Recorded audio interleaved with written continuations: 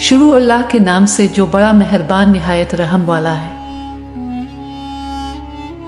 एक बादशाह का गजब और एक औरत की ताकत। ये 3 हिस्सों पर मुश्तमिल कहानी का पहला हिस्सा है। इससे पहले कि शहजाद की कहानी शुरू की जाए, मुझे इन 2 ताकतवर बादशाहों की दास्तान सुनाने दें, जिनमें से एक हर रात किसी औरत से शादी करता, सुबह होने पर इसका सर कलम करवा देता। क्यों?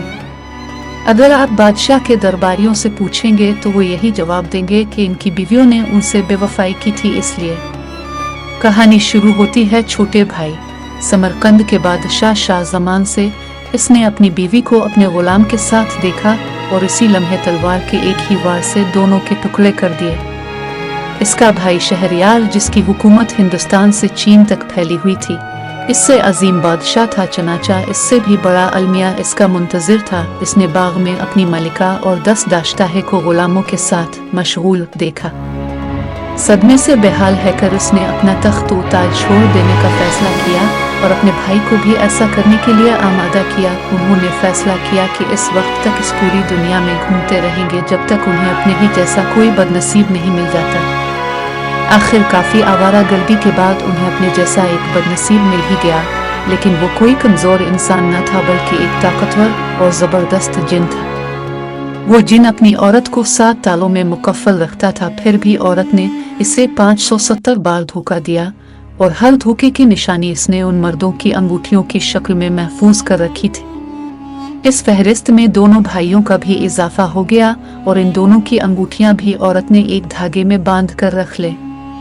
वहां से निकलने के बाद दोनों भाइयों ने एक दूसरे से कहा कि हमें औरतों के बोझ से पनाह ढूंढनी चाहिए, और फिर दोनों शहरयार की सल्तनत वापस आ गए। शहरयार अपने तख्त पर बैठा और वजीर आजम को मलिका को कत्ल कर देने का हुक्म दिया। इसके बाद इसने उन तमाम दाश्ताहे और गुलामों के भी सर कलम करवा दिए जिन्हें उसने बाग में उरिया रक्स करते देखा था। लेकिन इन सब के बाद भी इसके दिल को तसल्ली न हुई।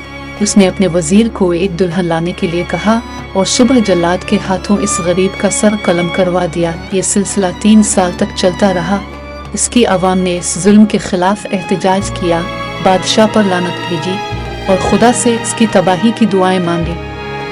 औरतें मुश्तइल हो गईं, माएँ फरियाद करने लगीं, वालिदैन अपनी बेटियों को लेकर वहाँ से कूच करने लगे। हत्ता कि वो दिन आ गया जब वहाँ एक भी जवान लड़की ना बच्ची सवाए 2 के वो दोनों वजीर आजम की बेटियां शहजाद और दुनियाजाद थी।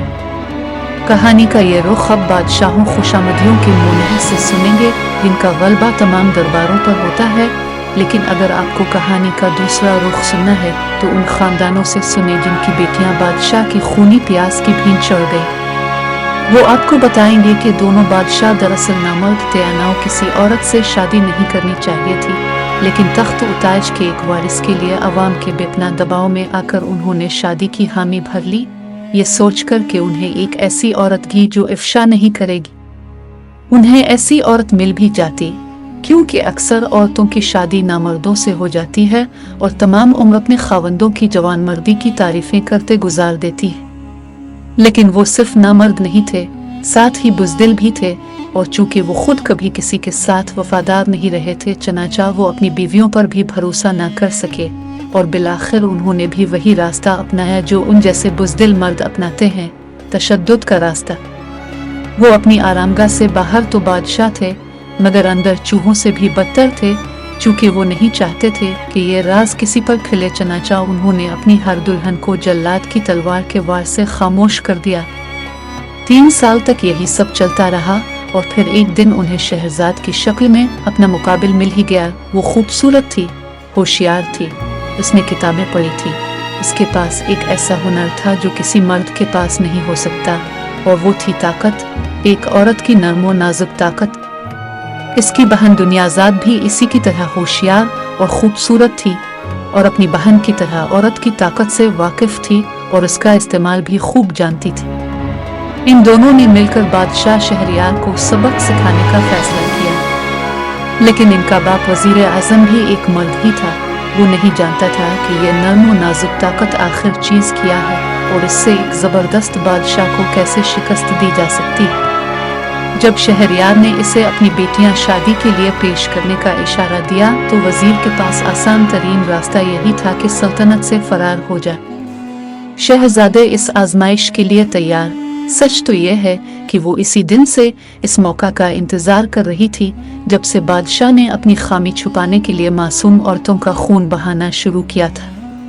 उसने अपने वालिद से कहा, मेरा मशवरा है कि आप मेरी शादी बादशाह से कर दें, या तो मैं फतेयाब होकर जिंदा रहूंगी या फिर मरने से पहले इसे तबाह कर जाऊंगी। तुम नहीं जानती कि क्या मान रही हो।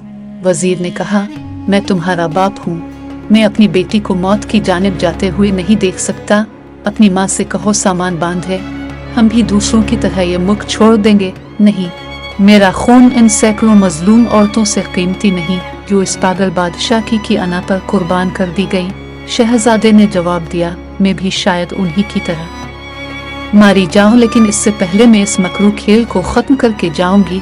तुम बादशाह के गजब से वाकिफ नहीं हो, लेकिन मैं जानता हूँ क्योंकि मैं इसका वजीर हूँ।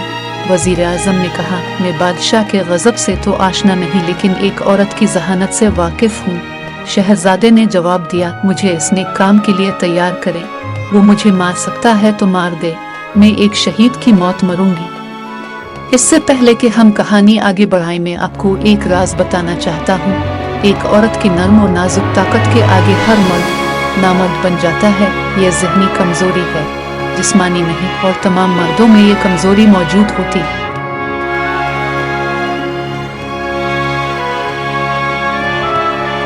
अगर आपको आज की वीडियो पसंद आई है तो आप वीडियो को जरूर लाइक करें और अपने दोस्तों के साथ भी शेयर करें। और अगर आपने अभी तक हमारा चैनल सब्सक्राइब नहीं किया है तो सब्सक्राइब जरूर करें। मिलते हैं कल एक और दिलचस्प वीडियो के साथ। तब तक के लिए अल्लाह हाफिज।